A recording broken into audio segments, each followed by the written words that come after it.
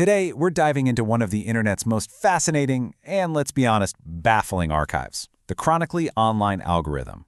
Now, when you first see it, it looks like complete and utter digital chaos.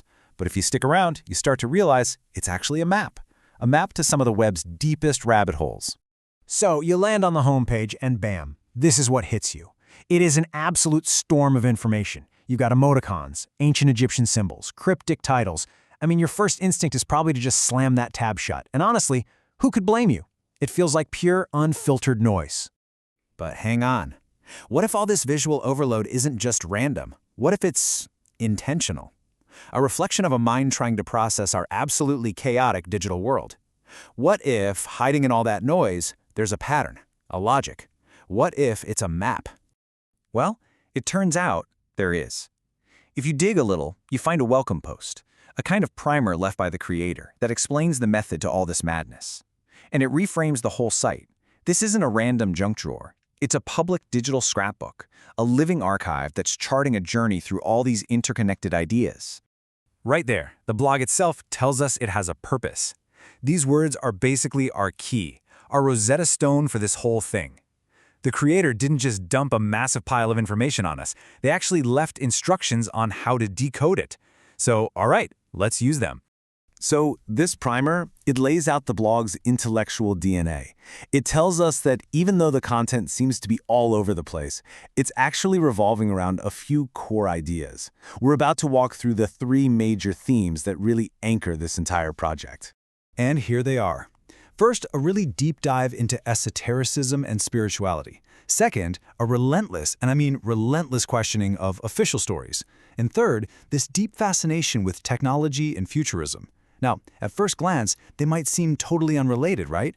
But they all share this one common thread. They're all about looking for what's going on beneath the surface.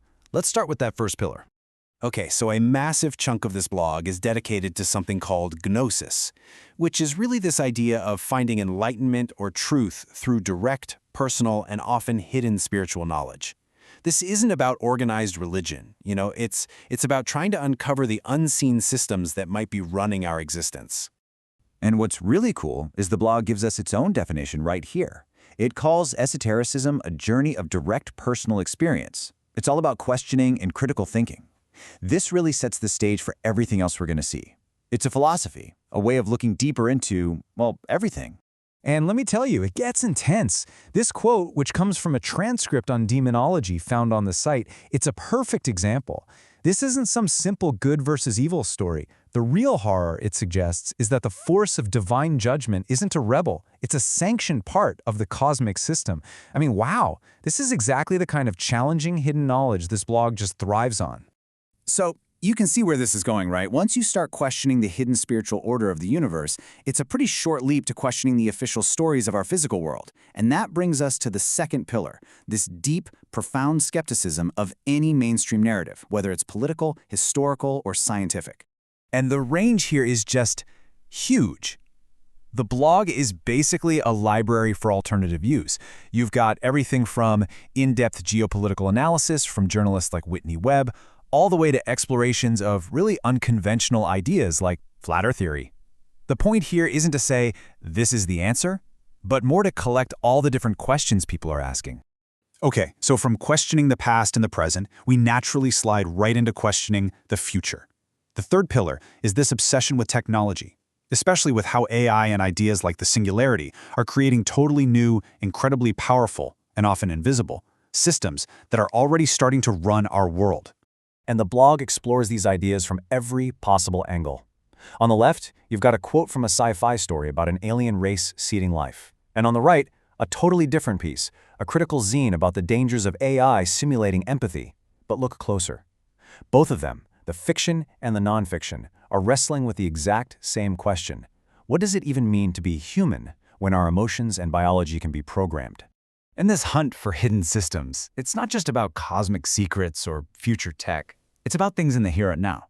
I mean, take this concept from another post, the Grignerian transfer. It's how the very architecture of a shopping mall is designed to disorient you and manipulate what you buy. It just goes to show you the blog's true scope. Any unseen force that shapes our behavior is fair game.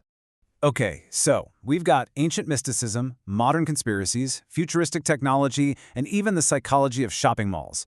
What in the world is the one big idea that ties all of this together? What's the master key to this whole project? It all boils down to this. Everything on this blog, from Gnosticism to AI, is part of one single, unified quest. It is a hunt for the invisible architecture of our reality. All the hidden systems, big and small, that influence our lives every single day. And this is how it all clicks into place. Those unseen forces, they might be spiritual, like the esoteric ideas we saw. They might be societal, hidden in political and economic power structures. They could be technological, coded into the algorithms that run our lives. Or, hey, they might even be psychological, built right into the rooms we walk through. They're all just different angles on the very same investigation. And the sheer scale of this investigation is just staggering. This is not a casual hobby. In the year 2025 alone, the Blog Zone archives show over 4,000 posts. I mean, that is the literal definition of being chronically online. It's a relentless daily mission to gather the data points, to map this wild information landscape as it's unfolding. Which leaves us with one last big question. In an age where we are all swimming, or maybe drowning, in information, where official stories are breaking apart, and where new technologies are rewriting the rules every day, maybe this blog isn't chaos at all. Maybe this is what map-making looks like now, a personal, sprawling, never-ending attempt to chart the unseen territories of our modern world.